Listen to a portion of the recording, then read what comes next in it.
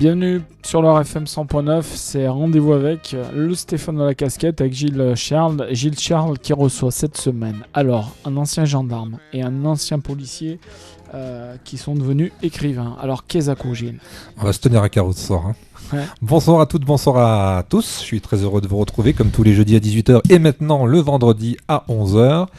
Alors oui, vous l'avez dit, l'un est ancien policier, l'autre ancien gendarme. Tous les deux sont aujourd'hui des auteurs de livres ou des écrivains.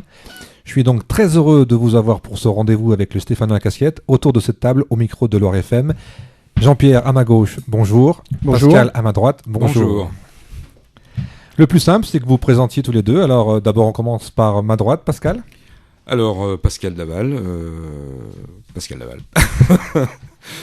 Faut pas être intimidé, c'est juste comme une grosse glace, on parle dans la glace. Votre parcours, Pascal, alors ? Alors, donc, moi, je suis Clermontois de naissance. J'ai fait une... Personne n'est parfait, j'allais dire. Ouais, ça commence bien. Et donc, j'ai fait une carrière dans la gendarmerie, puisque c'est un peu le sujet, durant 26 ans. Ma famille est originaire du Haut-Forez. Et puis donc j'y suis revenu et j'ai pris ma retraite de gendarme. J'ai acheté un commerce que je tiens toujours. Vous faites quoi ? C'est à Noir-Étable, hein, c'est ça ? C'est à Noir-Étable, c'est la maison de la presse de Noir-Étable. Beaucoup de travail, d'après ce que j'ai compris. La presse, oui, c'est beaucoup de boulot. C'est se lever de bonne heure et se coucher tard. Exactement. Et dans toutes ces heures, donc, vous avez trouvé le temps d'écrire des livres. Et dans toutes ces heures, donc il y a 3 ans... je sais pas, bon, c'était quelque chose qui me faisait envie depuis très très longtemps. Donc il y a 3 ans, je me suis lancé, puis j'ai plus arrêté. Voilà. Et vous, Jean-Pierre, alors, vous présentez je nos me auditeurs. présente, merci. C'est moi qui te reprends. Voilà, moi j'ai fait presque 34 ans dans la police nationale. Alors, j'ai commencé par Lyon, après j'ai été muté sur Saint-Étienne à ma demande. Et d'abord, ma première passion était la peinture, que je fais depuis 30 ans. Vous avez notamment eu des prix ? Oui, j'ai eu des prix à Roche-Taillé là dernièrement, et puis j'ai eu pas mal de diplômes aussi là-dessus.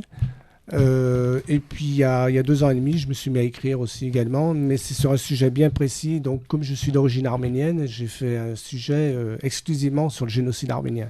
Et est-ce que vous avez envie dans l'avenir d'écrire d'autres choses ? Oui, il y a d'autres vues.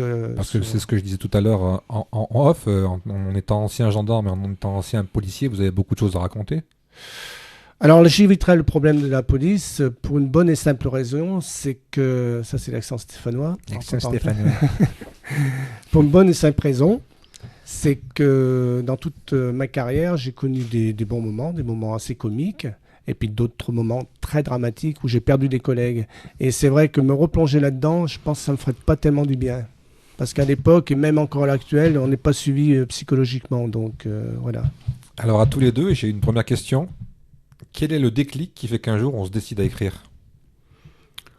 Pour moi, je pense que c'était l'approche de la cinquantaine, tout bêtement. Je me suis dit, c'est quelque chose que j'avais toujours eu envie de faire, d'écrire. Je l'avais pas fait, donc j'ai dit, bon, allez, t'as cramé les 2 tiers de ta vie, c'est le moment ou jamais, quoi. Si tu le fais pas maintenant, tu le feras plus. Voilà, ça a été le déclic. Et vous, Jean-Pierre, c'est l'histoire de votre enfance, de votre vie qui vous a poussé à écrire ?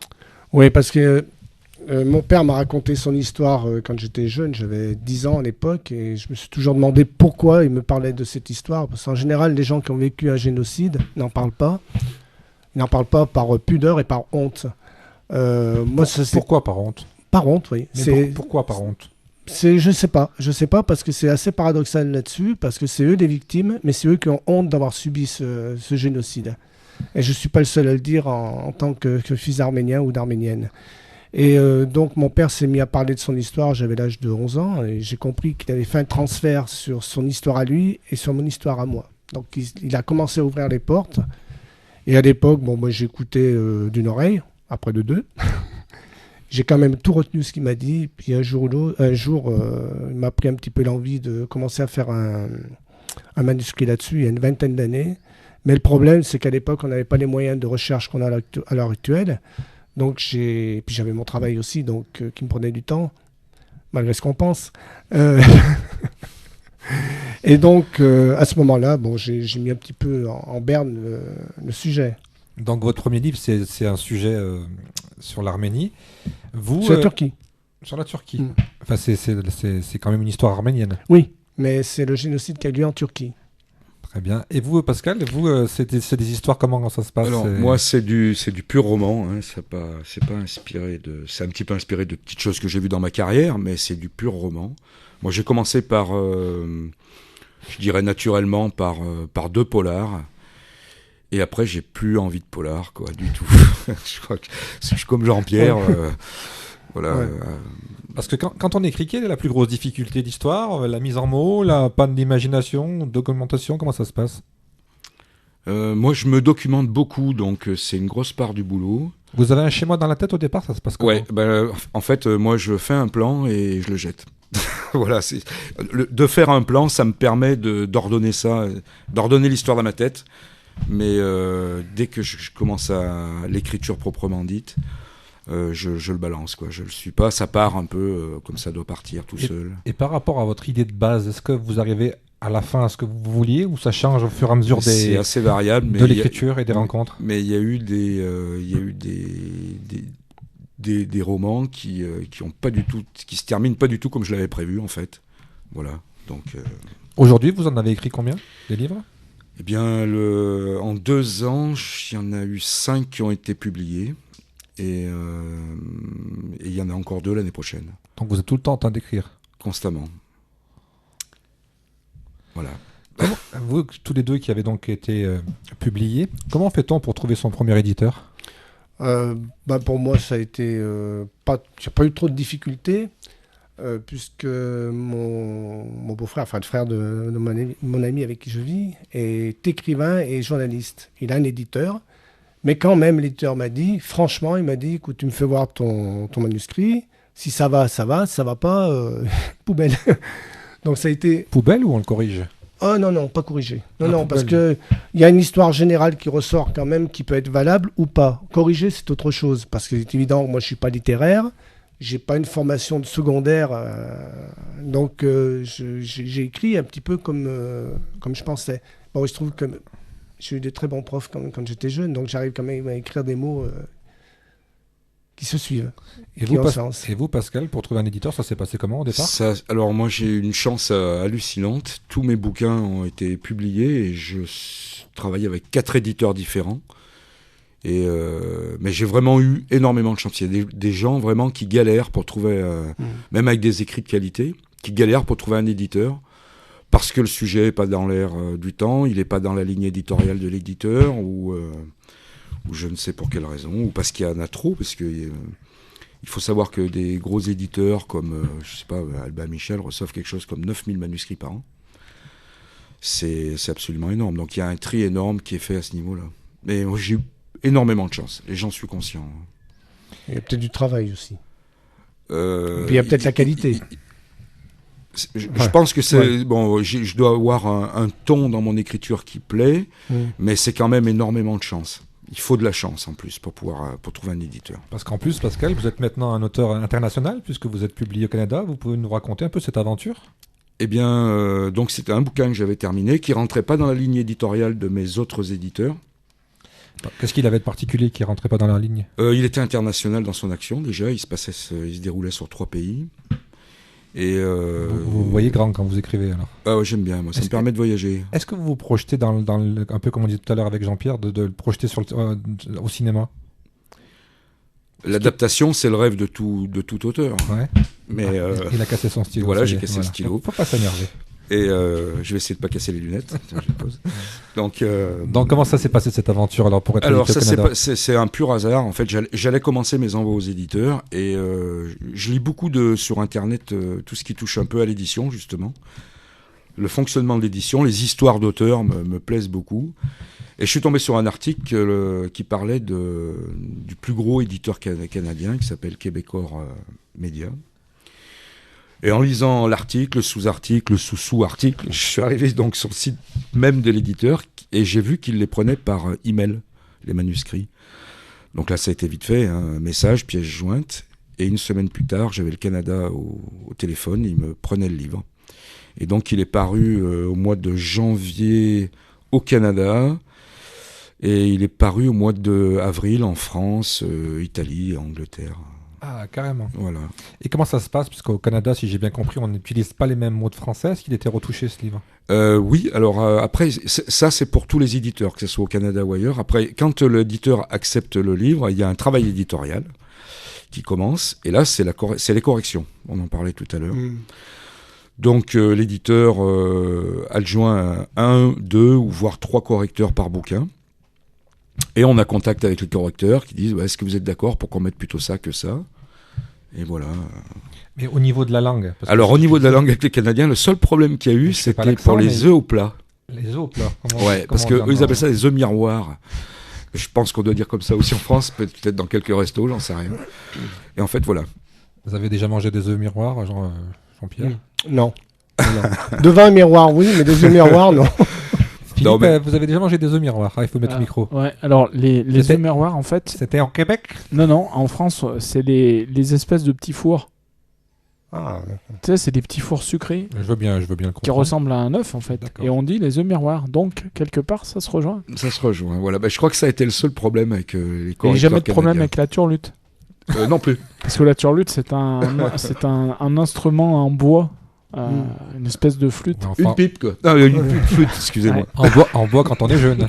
Non, c'est vrai. Et Turlute avant d'aller au lit, il fait passer Bonne Nuit, c'est le titre d'une chanson qu'on passe souvent. Et c'est un groupe québécois qui joue là-dessus en fait, parce qu'ils sont produits en France. Les jeux de mots. Le livre qui est sorti au Canada, Pascal, c'est quoi le sujet? Le sujet, c'est un thriller. C'est un thriller, voilà. Donc, et alors, donc vous utilisez un mot anglais pour un livre qui est sorti au Canada. Exactement. Et comment on dit un thriller en canadien? Aucune idée. Un livre d'aventure. Donc en fait, la constante de mes bouquins, moi, c'est que il y a une chose que j'adore, c'est parler des métiers.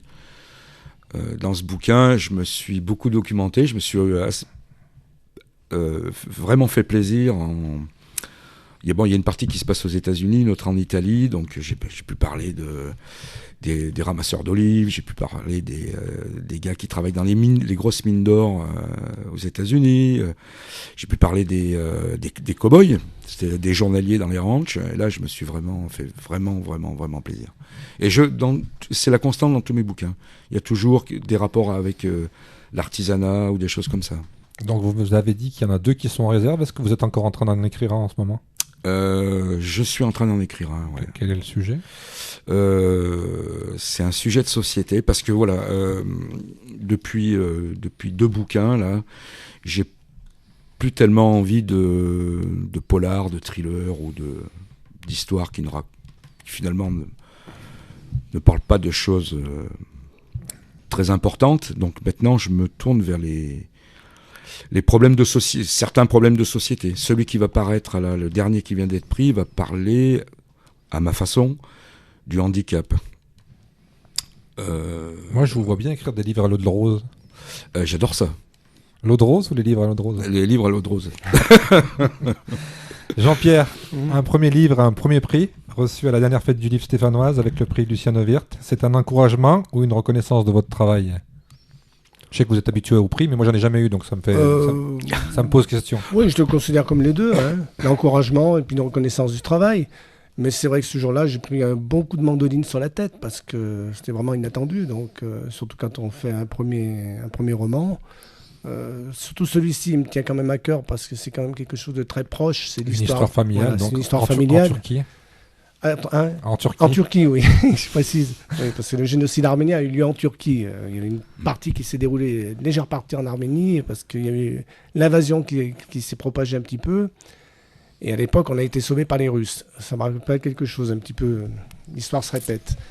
Oui, ce prix m'a glorifié en quelque sorte, parce que c'est surtout l'histoire de mon père que je voulais mettre en avant. Et le fait d'avoir un prix, ça vous booste, ça me booste, oui, bien sûr. Ça flatte l'ego, c'est quoi? C'est flatte l'ego, non. Chez moi, j'ai pas d'ego. Hein. C'est très simple. Je suis très simple, je suis né simple, je resterai simple toute ma vie. Je confirme. Ouais, merci. On se connaît un petit peu.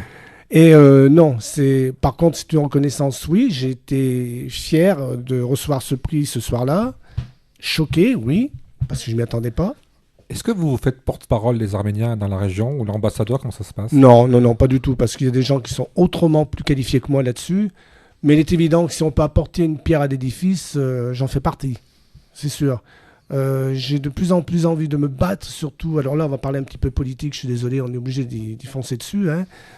C'est par rapport à l'Europe qui vient de refuser la poursuite sur un négationniste turc, j'en rajoute pas plus, et là ça m'a choqué énormément d'être européen à ce moment-là. Donc c'est vos combats du futur alors? Ça a toujours été mon combat, hein, parce que je suis né dans le conflit avec cette histoire, puisque ma famille en a parlé constamment. C'est vrai que mon père s'est ouvert, j'avais l'âge de 10 ans, mais c'est vrai qu'il y a des choses qui sont révoltantes, donc on ne peut pas laisser passer. On va y revenir dans la deuxième partie de cette émission. Vous avez parlé politique, vous avez choisi tous les deux, à l'unanimité presque. Jean Ferrat qui nous chante Potemkin. On revient juste après.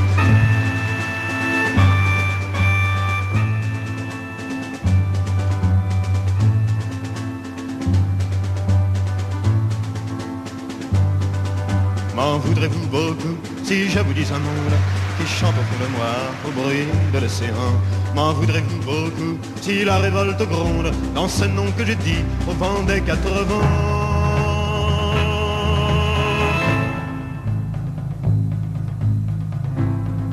Ma mémoire chante en sourdine Potemkin.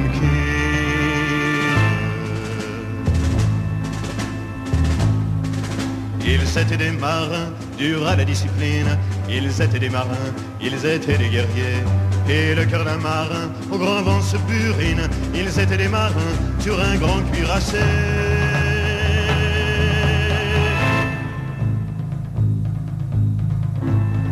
Sur les flots, je t'imagine Potemkin.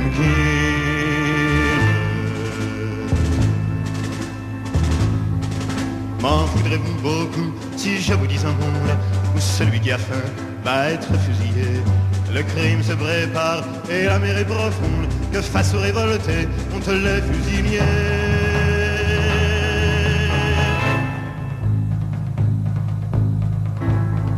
C'est mon frère qu'on assassine, Potemkin.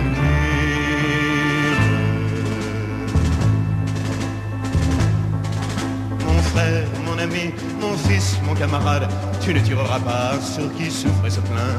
Mon frère, mon ami, je te fais notre alcade. Marin, ne tire pas sur un autre marin.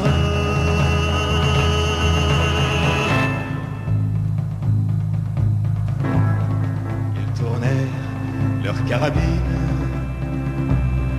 Potemkin.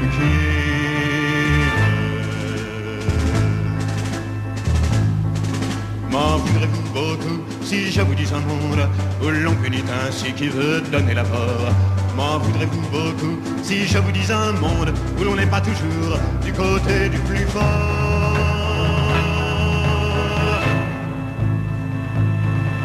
Ce soir, j'aime la marine, Potemkin.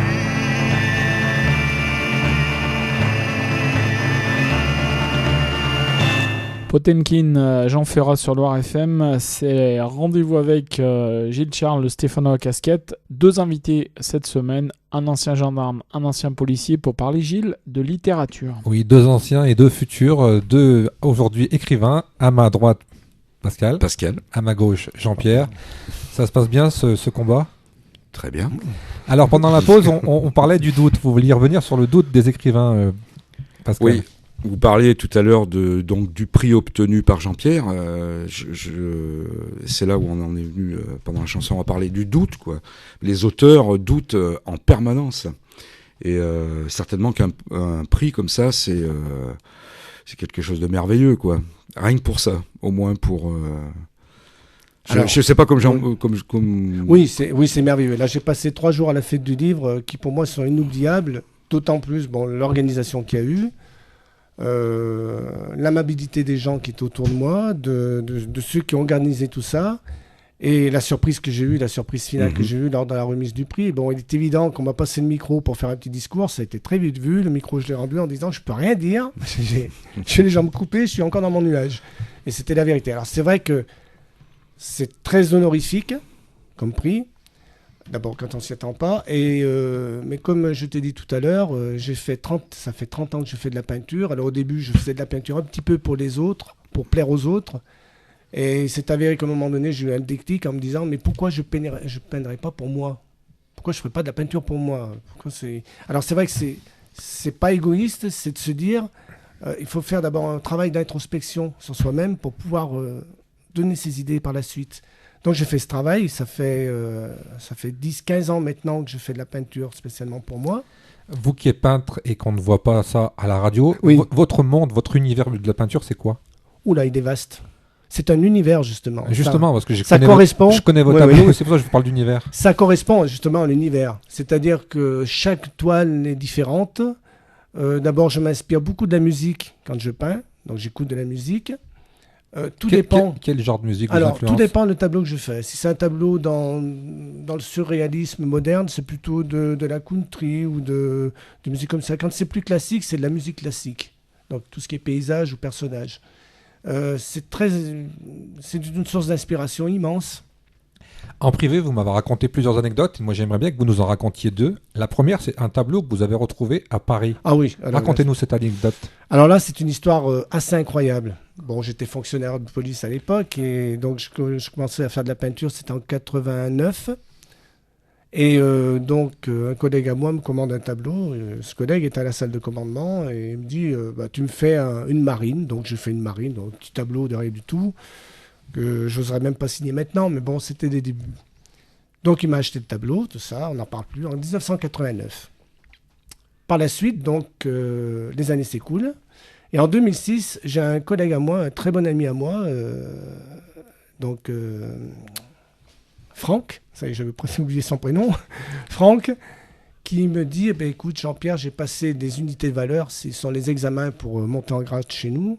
Il me dit, tu penses que si je monte à Paris, je passerai mes grades plus vite? Alors je dis, oui, effectivement, puisque tu vas aller à la maison mère là-haut directement, il n'y a pas de problème. Ce qu'il faut savoir, c'est quand on pose une mutation sur Paris, on ne sait absolument pas où on va aller dans Paris. Ça peut être la petite couronne, la grande couronne. Bon, il pose sa mutation, il arrive dans le 15e arrondissement. Donc, il va voir le commissariat du 15e arrondissement, il prend un tâche là-bas, comme on fait dans la gendarmerie, pareil. Mais par contre, il n'avait pas de logement, donc il avait 3 mois pour trouver un logement. Donc pendant 3 mois, il a tourné, monté, descendre à Saint-Étienne-Paris. Donc il a fait l'aller-retour. Et il trouve un petit appartement dans un petit immeuble, que j'ai vu d'ailleurs, bien mignon et tout. Bon, il dit, il était tout content de trouver ça. Donc il déménage de Saint-Étienne à Paris. Mais à Saint-Étienne, il avait un F4. Il arrive là-bas avec un F2. Donc automatiquement, tu as les mains pleines de choses qu'il faut jeter à la poubelle. Donc il descend à la poubelle. Et en descendant à la poubelle, il voit un petit morceau de tableau qui dépasse. Il tire par curiosité, et c'était marqué Cochian dessus. C'était le tableau que j'avais fait aux collègues 18 ans auparavant. Alors, il y a des choses que je me pose comme question quand même. Ça fait quel effet de retrouver son tableau dans une poubelle 18 ans après? Dans une poubelle, c'est pas un problème. C'est pas tellement la question. La question, c'est que c'est tombé sur mon meilleur ami. Donc, c'est déjà un hasard qui est pur. Deuxième hasard, c'est qu'il a trouvé un appartement dans le 15e arrondissement, dans un immeuble où il y a quelqu'un qui logeait dans cet immeuble qui a acheté ce tableau. Bon, il n'a pas poussé les investigations plus loin, mais c'est vraiment quelque chose d'incroyable. C'est des histoires de la vie, ça. Hein. Ouais, mais je ne sais pas si on peut quantifier ça en chance. Je pense pas. Et la deuxième anecdote, c'est que vous m'avez raconté quand on vous a remis votre prix l'autre jour à la fête du livre, il y a un écrivain fort célèbre qui vous a félicité. Comment ça s'est passé? D'abord au départ, j'étais avec Eric Fage et Eric me dit, il passe l'après-midi dans les couloirs donc, de la fête du livre, il me dit tu mets une cravate ce soir parce que tu vas manger avec nous? Alors je dis oui, il me dit mets une cravate. Je n'ai pas trop compris, bon je me dis pourquoi il me demande ça, donc le soir j'arrive avec une cravate naturellement et puis donc on nous met à table, on a choisi chacun sa table, hein. Il n'y a pas de nom précis sur les tables, et j'étais à côté de Bouhelem Samsal. Et le peu que je n'ai pas échangé beaucoup, hein, ça doit être 30 secondes, 40 secondes, je me suis rendu compte que c'était quelqu'un hors du commun. Hors du commun. Et puis bon, j'étais avec une autre personne qui m'a expliqué un petit peu son combat par rapport à ce qui se passe actuellement en Algérie et même dans le Moyen-Orient. Et c'est tout à son honneur, parce que c'est quelqu'un vraiment d'extraordinaire. Et il était à côté de moi lors de la remise des prix. Puis je voyais aussi qu'il avait un petit sourire. Alors, est-ce qu'il était au courant ou pas? Je ne sais pas. Mais quoi qu'il en soit, quand je suis revenu, il m'a félicité. Ça m'a fait chaud au cœur parce que c'est quand même... C'est comme si c'était Salvatore Dali qui me féliciterait pour une toile, quoi. C'est le même... Un grand moment d'émotion. Alors. Ah oui, oui, oui, très grand, très grand. Et j'oublierai pas. Pascal, vous qui avez écrit plusieurs livres, vous avez fait de nombreux salons? Très très peu de salons. D'abord parce que j'ai un métier qui est prenant, donc avec mon truc. Vous avez du mal à vous libérer, vous m'aviez expliqué. D'abord et d'une. Et en plus, les salons, j'ai un peu de mal, quoi. J'ai un peu de mal avec les salons. Parce que Ce qui vous pose problème? Ce qui me pose problème, c'est qu'en fait, les gens viennent pas te voir. En fait, ils viennent au salon du livre. Et on est noyé là-dedans, devant sa pile de bouquins. Tu as vu comment, enfin, tous on a vu comment ça se passait, quoi. Moi, je sais pas, Jean-Pierre, il était très très très demandé à la fête du livre, donc il a pas dû voir le temps passer. Non, non. Très demandé. Et oui, alors, je vais pas non plus parce que c'est dans un tout petit salon d'ailleurs où tu étais, où j'ai fait une des plus belles rencontres. C'était celle avec Patrice Dard. Ah, quelqu'un de formidable. Ah, il est adorable, ce type-là. Il m'avait même envoyé un petit mot après pour me remercier. C'était quelqu'un de vraiment formidable, sympathique. Ça, pour le moment, c'est certainement le plus grand moment de ma vie d'auteur, quoi, d'avoir pu parler avec lui. Mais ces salons, c'est pas l'occasion d'échange avec ses lecteurs, avec le public, de s'ouvrir à d'autres choses, à des remarques, à des critiques. Les petits salons, parce que... les grands salons, de toute façon, je pense que la masse, moi j'appelle ça le vu à la télé. C'est-à-dire que tous ceux qui sont passés à la télé, ils ont beaucoup de monde, et puis à côté, il y a des gens qui regardent les mouches, quoi. C'est un peu triste, d'ailleurs. Exactement. Moi, j'avais fait le salon de Clermont, et de Clermont-Ferrand, là, pour mon premier bouquin. J'avais rencontré quelques auteurs. Ça booste les ventes, comment ça se passe? Absolument pas, non. Quel est l'effet finalement d'un salon? Alors j'allais dire tous les deux pour un auteur régional. Je pense que en dehors de quand il arrive une chose comme avec Jean-Pierre qui a eu ce prix, je pense que il y a aucune retombée, quoi. C'est juste le côté humain. Voilà, puis rencontrer d'autres auteurs. Bon, c'est plus ça que. Parce qu'en fait, ces lecteurs, on les voit passer. Ces lecteurs, ils vont venir nous voir. Là, c'est des moments qui sont très très agréables. Mais il y a une quantité de gens qui passent devant toi et qui s'arrêtent pas. T'as essayé la perruque blonde? Je devrais, ou les barésies, un truc comme ça. Mais non, c'est pas vraiment mon truc, les salons du livre. Par contre, il y a quelque chose que j'adore. J'en ai fait un il y a 6 mois. C'est les interventions dans les collèges ou les lycées. J'avais été invité dans un lycée avec des gamins. Et là, je me suis régalé. Et je recommence là au mois de février à Montbrison. Montbrison. Et là, c'est pareil. C'est des gamins qui sont un peu plus grands. C'est quoi? C'est des collèges, des lycées? C'est quoi? C'est des collèges, des lycées. Donc, s'il y a des professeurs de français qui nous écoutent, ils peuvent vous contacter alors. Exactement. C'est vrai que pas trop, parce que je suis vraiment très pris. Mais c'est vraiment agréable. Et vous, Jean-Pierre, ça vous plairait d'aller dans les écoles un peu expliquer votre histoire, votre livre? Ah oui, tout à fait, bien sûr. On rappelle que le titre, c'est Les Montagnes Rouges. La question, c'est ce livre, combien de temps il a mis du premier mot au dernier mot, j'allais dire, pour être écrit? Alors, le problème, c'est que à l'origine, c'était un livre de 450 pages, voire même 500. Et j'ai discuté avec l'éditeur, il m'a dit que ça faisait beaucoup. Et puis, on était pressés pour le sortir pour la fête du livre. Ils avaient un problème d'encre, il n'y avait pas assez d'encre? Non, c'est pas ça. C'est que la deuxième partie n'était pas tout à fait terminée. Donc, je dis, on va le partager en deux. Donc, j'ai fait Les Montagnes Rouges. Le deuxième qui va sortir s'appelle Retour interdit. C'est ce qui était marqué sur les passeports arméniens quand ils sont rentrés en France. Et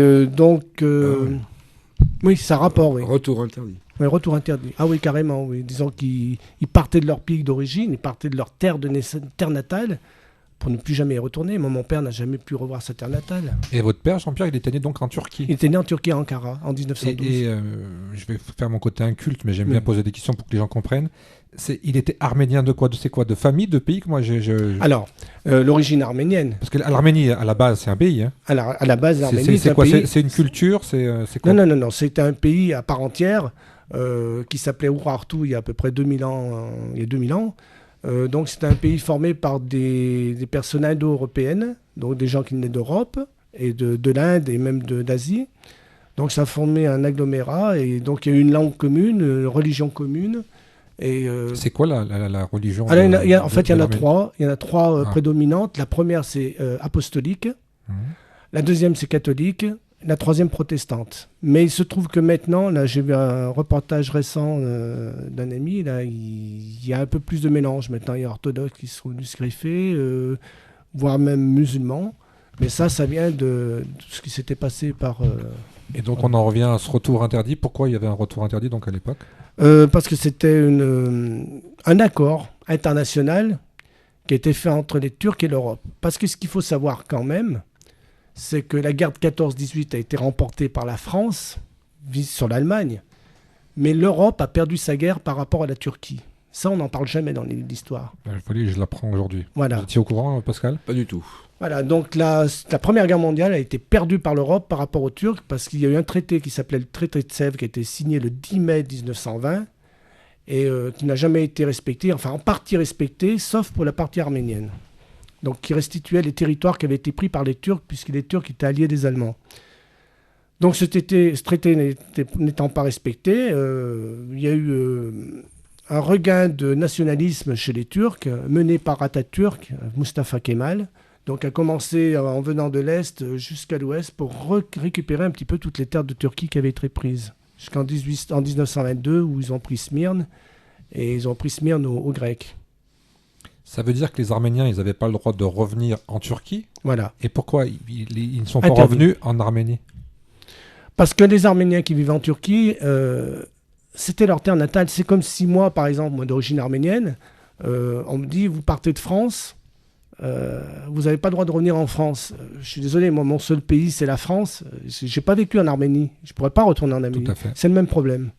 Mais vous pouvez toujours aller au Canada, je crois qu'ils cherchent des auteurs là-bas, hein, Oui, Pascal. c'est vrai. Oui, surtout Ouais, qu'il paraît que On va manger l'accent des œufs. stéphanois et l'accent canadien sont pratiquement les mêmes. C'est des cousins. Vous pourriez manger des œufs miroirs.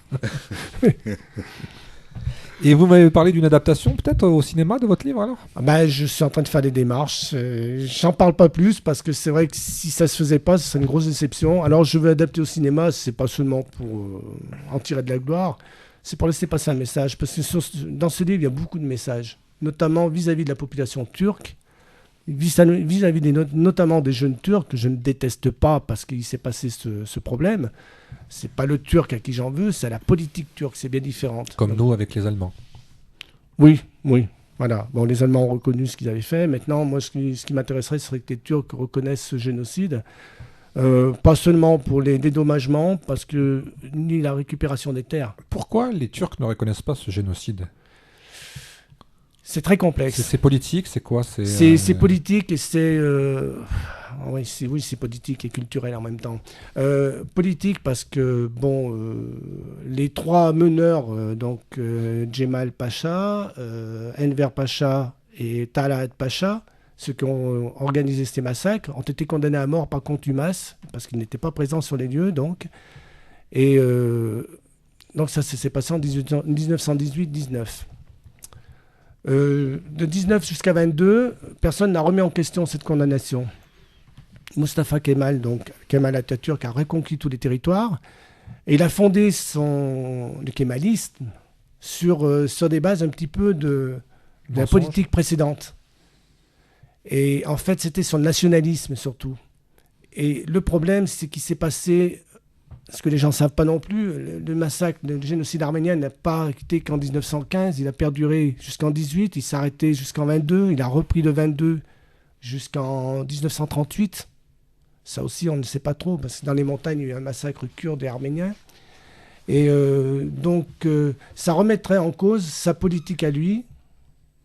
Et comme c'est la base, c'est comme si on remettait en cause le 4 octobre 58 chez nous, la Constitution française, faite par Charles de Gaulle. Voilà, tout simplement. Très bien, on a appris un peu de choses sur l'histoire. Vous êtes tous les deux des anciens, j'allais le mettre entre guillemets, des anciens flics.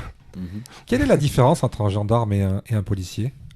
Alors le gendarme, donc il est militaire. Ça, Le policier, D'ailleurs, il n'y a plus qu'un seul ministère maintenant, j'ai appris. Et maintenant, il n'y a plus qu'un seul ministère. Avant, c'était la défense pour les gendarmes et l'intérieur pour les Exactement. policiers. Et maintenant, il n'y a plus qu'un seul ministère. Hein. Exactement. Donc la différence fondamentale, c'est quoi? C'est d'être militaire ou pas. D'être militaire, oui. C'est juste une histoire de statut. C'est une histoire de statut. C'est les mêmes missions, c'est les mêmes... Oui, enfin la gendarmerie c'est plutôt rural. Non, c'est plutôt rural. Ça, oui. ça Oui. couvre, je crois, la plus grosse partie du territoire parce que bon, la plus grosse partie elle est rurale. Voilà. Et vous avez fait votre carrière, alors comment ça se passe? Au départ, vous faites une école? Oui, on passe un concours, ensuite on est accepté ou pas, on part en école, après on est affecté. Puis, Vous avez fait quoi comme affectation alors? Vous avez beaucoup voyagé? J'ai fait. Donc je suis parti à l'école à Montluçon, après j'ai été muté à Melun, après j'ai été muté en Auvergne. En Auvergne, j'ai fait 3 ou 4 unités différentes. J'ai fait Hermans, j'ai fait les Ancises, Vermonton. Et puis ensuite, j'ai basculé donc à Mademande dans la Loire. J'ai commandé la brigade de Saint-Symphorien-de-Lay. Et puis j'ai fini responsable du secrétariat à la compagnie de Roanne.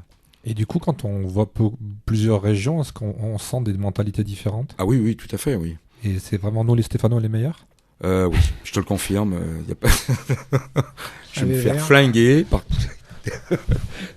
Voilà, donc c'est une Et donc, carrière normale. et donc tout ce parcours vous a quand même influencé maintenant pour écrire? Parce que je pense que vous vous servez quand même d'anecdotes ou de souvenirs. Bien sûr, bien sûr, on se sert de ce qu'on a connu pendant plus de 25 ans. Et puis on brode autour. Et on brode autour, mais ça a ses limites assez rapidement, quoi. Je dis, moi, j'ai commencé avec 2 polars, j'ai plus envie de polar maintenant du tout. J'ai plus envie de ça. Je pense qu'on en a vu pas mal. On n'a pas envie d'y revenir. Arrive un moment, bon, ça y est, il faut tirer un trait, quoi. Et dans tout ce que vous avez pu voir, est-ce qu'il y a des choses qui vous ont vraiment marqué ou choqué? Oui. Et moi, dans la gendarmerie, on est plutôt pluridisciplinaire, quoi. On touche aussi bien des accidents de la route, au judiciaire, ou des choses comme ça. Et il y a des accidents de la route qui m'ont marqué, il y a des affaires judiciaires qui m'ont marqué aussi. On n'en sort pas indemne de toute façon. C'est ce que je vois. Est-ce que toutes ces choses qu'on vit de l'intérieur, ça vous change fondamentalement la personne? Oui. Est-ce qu'il y a des certitudes? Parce que moi je me rends compte, avec l'âge, j'avais des idées bien reçues sur certaines choses, et puis avec le temps, j'ai changé d'avis. Ouais. On change, bien sûr. Jean-Pierre, vous, ça s'est passé comment dans la police? Très bien. Non, enfin, très bien jusqu'à la fin. Non, à la fin, non, Si on vous m'a pouviez, mis un si petit vous peu. pouviez juste me noter pour que je finisse. Oui. par- J'ai perdu les clés. Pas de chance. Ça va un petit peu vers la fin. On m'a mis un petit peu de côté, mais bon, j'arrive à le comprendre aussi parce que on a des manières de travailler. Il y a 35 ans qui n'existent plus maintenant. C'est Donc, pas un peu le choc de génération? Oui, bien sûr. C'est tout à fait normal. Donc ça, j'ai réussi à l'encaisser aussi. Ce que j'ai pas encaissé, c'est certaines situations, comme mon collègue gendarme. C'est vrai qu'il y a des choses qui marquent dans la vie. J'en ai une multitude à dire, notamment sur les collègues qui sont suicidés. Chez nous, qui ont été foison. J'en ai eu 18 quand même. Qui sont 18 passés. amis qui sont... Parce que c'est vrai que nous, on est des lambda. C'est vrai qu'on a... Je vais pas le cacher. Beaucoup de gens disent du mal de la police. Moi, j'ai aucun souci. J'ai toujours dit que si on me demande mes papiers, je les donnerai parce que j'ai rien à me reprocher. Mais comment on explique ce fait que ces gens se suicident? C'est peut-être des suicides dans tous les métiers d'ailleurs. Un peu plus. C'est quoi? C'est la pression? C'est ce qu'on Il y a voit, la pression hiérarchique, il y a la pression familiale. Parce qu'il est vrai qu'à un moment donné, moi quand j'ai commencé dans la police, c'était en 77-78, on arrivait à faire jusqu'à 54 heures, 55 heures par semaine. Donc on n'était pas souvent chez soi et le peu de temps de repos qu'on avait, on le passait au boulot. Donc il y avait ce problème-là. Il y a le problème aussi, c'est qu'à force de voir des choses, il n'y a pas de suivi psychologique. Enfin à l'époque, il n'y en avait pas. Donc à force de voir des cadavres coupés, à force de voir des suicides, à force de voir des choses vraiment... de la vie courante, mais dont on ne se doute pas quand on rentre dans ce métier-là, ça choque.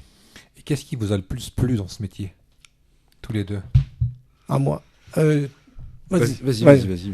Incontestablement, la relation humaine. Alors c'est bizarre, c'est paradoxal. Ça va me dire, relation humaine, la relation, c'était des coups la plupart du temps. Non, pas toujours, non.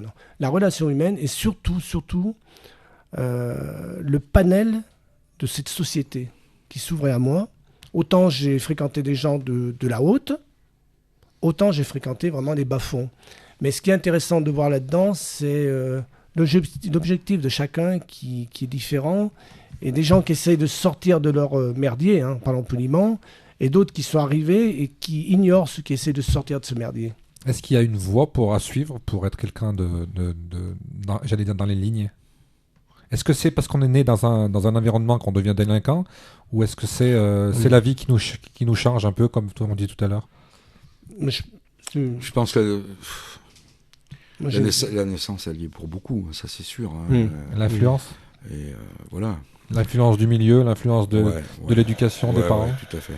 Je pense pas qu'il y a l'influence des parents, quoique de certaines familles que je connais, notamment maghrébines, il y a des jeunes qui sont sortis de là-dedans. Je peux te dire que c'est des stars du cerveau, parce que c'est des gens qui ont une intelligence hors du commun, qui arrivent à faire des choses. Alors, j'aime pas parler de ça, faire de la discrimination positive, parce que j'estime que c'est pareil que la discrimination tout court. Je pense que c'est des gens qui sont par essence, qui sont doués, qui arrivent à sortir de ce merdier. Alors ceci, je leur tire mon chapeau très bas, parce qu'ils n'ont pas des conditions... Pas la casquette plutôt. Oui, la casquette, oui. Chapeau, oui. Mais très bas, parce qu'ils ne sont pas nés dans des conditions favorables. Ouais. Alors, on en revient à cette question. Oui, c'est bon. On en revient à cette question là, de savoir pourquoi il y a de la délinquance. Moi, je pense personnellement, en ayant fréquenté ce milieu urbain, ça vient donc du contexte, ça vient de l'influence extérieure, et puis bon, on a tout ce qui a rapport aussi avec, dans notre société, spécialement, tout ce qui a rapport aussi avec l'autorité, c'est conflictuel, automatiquement. On est dans une période de conflit.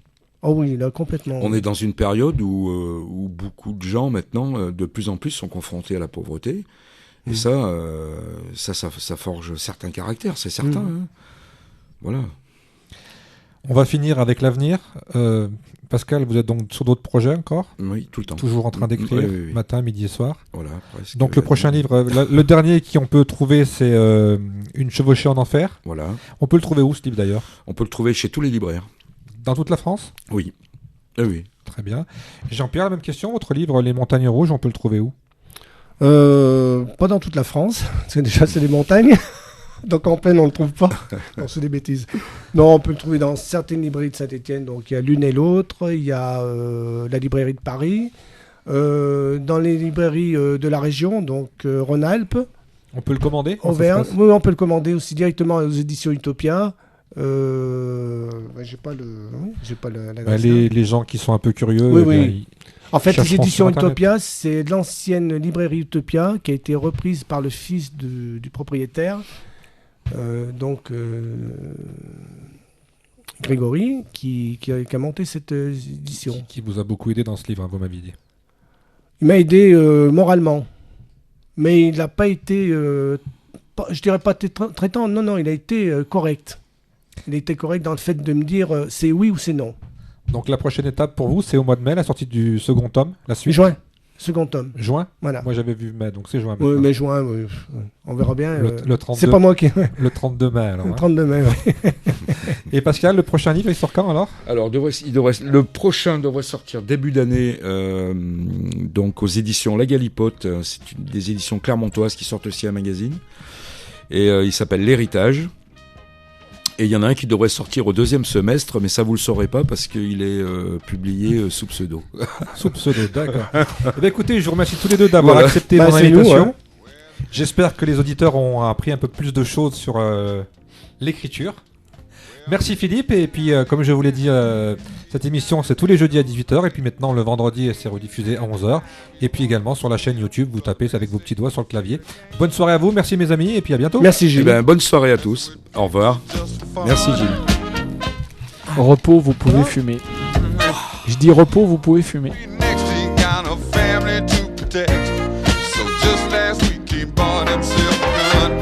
Everybody got a 45.